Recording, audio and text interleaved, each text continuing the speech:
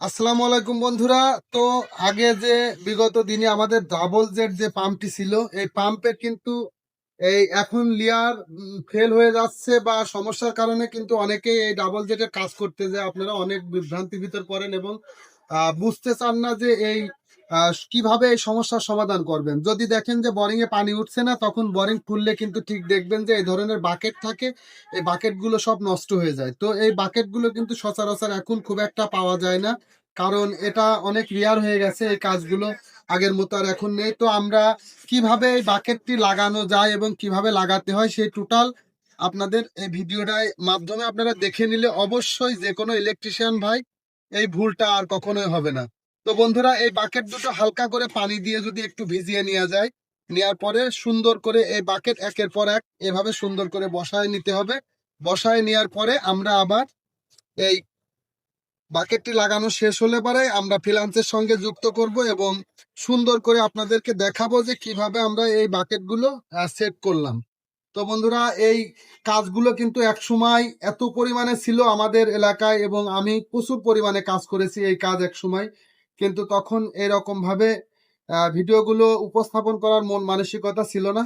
কিন্তু এখন দেখছি যে না, বিভিন্ন জায়গায় কাজে গেলেই নতুন নতুন যারা কাজ করে এরা প্রতিটা মানুষই ভুল করে। তো এই ভুল করার কারণে আজকে আমি এই ভিডিওটি দিলাম, যেহেতু এখনো অ্যাভেলেবেল এই কাজগুলো এখন আমাদের এখানে আছে। তো বন্ধুরা, এ দেখেন এই বাকেট দুটো লাগানোর পরে মাঝে একটা ওয়াশার থাকে। আমি এমনও পেয়েছি যে এই ওয়াশারটি না দিয়েই বোরিং এ নামায় দেওয়া হয়েছে। নামানোর পরে কি হয়েছে, এই বাকেটটা চেপে গেছে। চেপে যাওয়ার কারণে আর পানি ওঠে না, লিক করে। তো এভাবে সুন্দর করে আমরা এটা সেটিং করে নেব। বাকেট দুটো সুন্দর করে দিয়ে গ্যাস্টন দিয়ে টাইট করে নেব। টাইট করার পরে হালকা এই এই রাবারটি হালকা করে ভিজাতে হবে, যাতে বেশি ভিজে না যায়। তো এবার আমরা সুন্দর করে এবার টাইট দিয়ে দেবো টোটাল। আর চেক বাল্ব লাগানোর সময় সুন্দরভাবে আগে দেখে নিতে হবে যে আমার চেক বাল্বটি কোন দিকে কাজ করছে।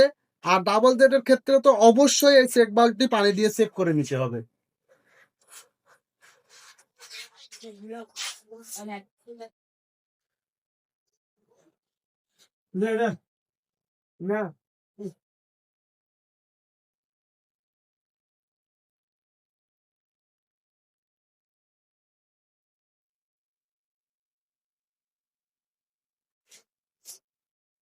হ্যাঁ হ্যাঁ ভাই ভাই সবচেয়ে পড়িয়ে গেল মানে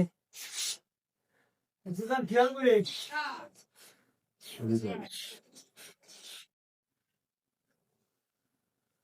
সব ভাড়া কই যাচ্ছে তার মানে মানে আমাদের এই বাকেটটি ওই চোখে ধীরে রাখলে কই যাচ্ছে ভাড়া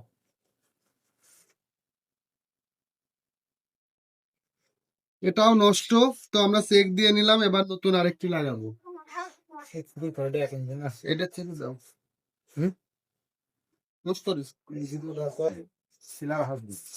তো আমরা নতুন আরেকটি চেক বাল্ব নিলাম। দেখেন এখানে পানি ভরে রেখেছি এবং পানি ভরে রেখেছি, চেক দিলাম যে 100 পানি এখান থেকে বেরোচ্ছে না। তো বন্ধুরা, এভাবে আপনারা এই বিশেষ করে ডাবল জেটের ক্ষেত্রে এই চেক বাল্ব গুলো অবশ্যই অবশ্যই চেক দিয়ে নেবেন, তা না হলে কিন্তু বড় ধরনের একটি বিভ্রান্তির মধ্যে পড়বেন। তো আমরা এবার চেক বাল্বটি লাগাবো।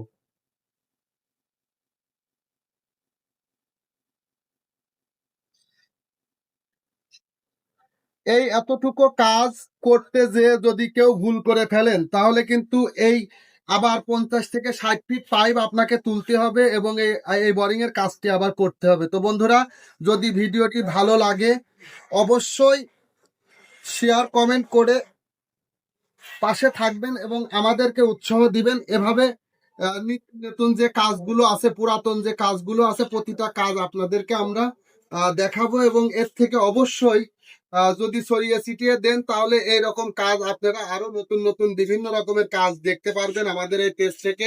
তাই বলছি, যারা এই ফেসবুক থেকে বা ইউটিউব থেকে আপনারা যেটা দেখছেন, যদি দেখে থাকেন অবশ্যই শেয়ার করে কমেন্ট করে পাশে থাকবেন এবং সাবস্ক্রাইব করে অবশ্যই আমাদের পাশে থাকবেন। অসংখ্য ধন্যবাদ সবাইকে।